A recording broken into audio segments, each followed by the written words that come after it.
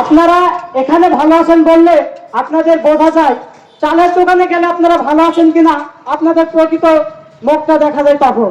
আপনারা আসলে ভালো আছেন কিনা সেটা বোঝা যায় যখন তেলের দোকানে যান, যখন সবজির বাজারে যান, তখনই বোঝা যায় যে আসলে আপনারা প্রকৃতপক্ষে ভালো আছেন কিনা। আসলে আপনারা মুখে বললেও ভেতরে ভেতরে ভালো নাই, এটা আমরা ভালো মতোই জানি। ভালো থাকবেন কি করে? আপনাদের আমাদের নিয়ে কারো ভাবার কি সেই সময় আছে? আপনাদের আমাদের সময় আছে ঠিক ভোটের 1 মাস, এবং ভোটে যেদিন ছিল প্রয়োজন হয় সেদিন। তারা আমাদের আবেগ নিয়ে, আপনাদের আবেগ নিয়ে খেলা করেছে। তারা আমাদের বলেছে ভোট দেন, ক্ষমতায় গেলে আমরা আপনাদের স্বার্থ নিয়ে কথা বলবো। যখনই তারা ক্ষমতায় এসেছে তাদের নিজেদের আখের গোছাতে ব্যস্ত হয়েছে। আমাদের কেউ মনে রাখেনি, আমাদের স্বার্থ নিয়ে কেউ ভাবেনি। আমাদের তারা নিজ নিজ তাদের অধিক স্বার্থ নিয়ে ভেবেছে, কিভাবে বিদেশ সেটে নেওয়া যায় সেটা নিয়ে ভেবেছে। একটা দল 17 বছর ধরে সাধারণ জনগণের আশা আকাঙ্ক্ষা নিয়ে খেলা করেছে।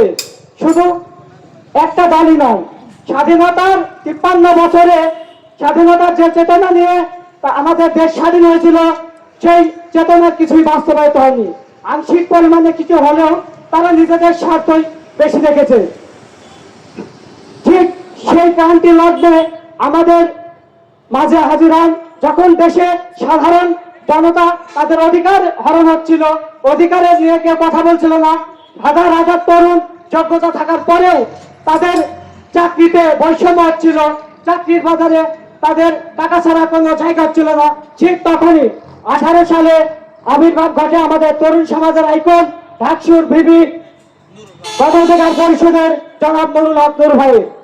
18 সালে যখন আমরা সাধারণ তরুণরা যোগ্যতা থাকা সত্ত্বেও চাকরিতে সঠিক মূল্যায়ন হচ্ছিলেন না, ঠিক তখনই ভিপি নুরুল হক নূরের নেতৃত্বে 2018 সাল থেকে আমার নেতা ঢাকসুর ভিপি নুরুল হক নূর ভাই যে আন্দোলন সংগ্রামের মধ্য দিয়ে গণ অধিকার পরিষদের জন্ম।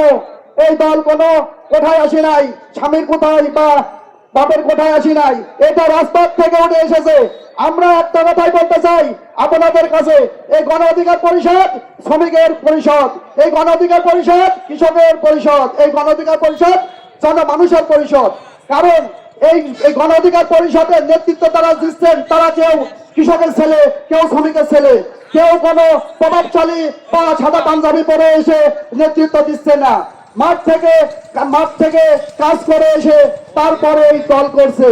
এই দলে যতটুকু সময় দিচ্ছে, আমরা যদি শিল্পপতি বা কোটিপতি ছেলে হতাম আজকে এখানে অনেক টাকা খরচ করে লক্ষ লক্ষ মানুষ আমরা নিয়ে আসতে পারতাম, কিন্তু না, এখানে আছে শুধু কৃষক শ্রমিক দলের সন্তান, কেউ কোনো শিল্পপতির সন্তান না। আসেন আমরা গণ অধিকার পরিষদকে শক্তিশালী করি, কৃষক শ্রমিকের ছেলে দিয়েই রাজনীতির প্রতিবাদ ঘটাই। কারণ খুকসা কুমার খালের মাটি পিয়াজ ভাইয়ের ঘাটি, পিয়াজ ভাইকে আমরা আগামী কুষ্টিয়া কুমারখালী 4 আসন থেকে ট্রাক মার্কা প্রতীকে আমরা জয়যুক্ত করতে চাই। আপনাদের হাতে কুষ্টিয়াবাসী, আপনাদের হাতে পিয়াজ ভাইকে রেখে গেলাম, আপনারা খুকসাবাসী আপনারা তাকে জয়যুক্ত করবেন। কারণ খুকসাতে অনেক বড় বড় নেতা দেখছেন, প্রত্যেকটা নেতারই আমরা ক্ষমতা দেখেছি। শেখ হাসিনা স্বৈরাচার শেখ হাসিনার ক্ষমতা দেখছি, আমরা অন্য দলের ক্ষমতা দেখছি, আমরা অত প্রকাশ করতে চাই না।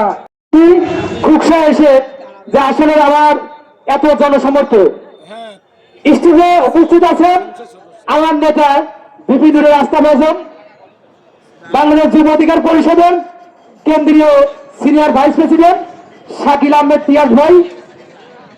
মঞ্চে উপস্থিত আছেন বাংলাদেশ যুব অধিকার পরিষদের গণ অধিকার পরিষদের কুষ্টিয়া জেলার সদস্য সচিব খালিকুজ্জামান স্যার। মঞ্চে উপস্থিত আছেন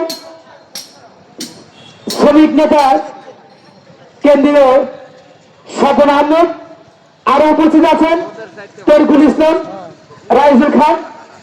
আমি একটা কথাই বলতে চাই, বাংলাদেশ যুব অধিকার পরিষদ বাংলাদেশ নির্মাণের অনেক কিছু করেছে। এই স্বৈরাচার পতন করার জন্য একমাত্র বাংলাদেশ যুব অধিকার পরিষদ, বাংলাদেশ গণ অধিকার পরিষদের অঙ্গ সংগঠন সবাই কাজ করেছে। আপনারা সবাই জানেন, এখন সবাই মাইকের সামনে বক্তব্য দিচ্ছে আমরা এটা করেছি ওটা করেছি, কিন্তু বাংলাদেশের স্বৈরাচার সরকার শেখ হাসিনা পতনের জন্য একমাত্র আমার নেতা বিপিনুল হক নূর নেতৃত্বে সারা বাংলাদেশে শেখ হাসিনাকে বদল করেছে। তাই আমরা চাই সামনের এই দিনে আমার নেতা বিপিনুল সংসদে এমপি হিসাবে দেখতে চাই।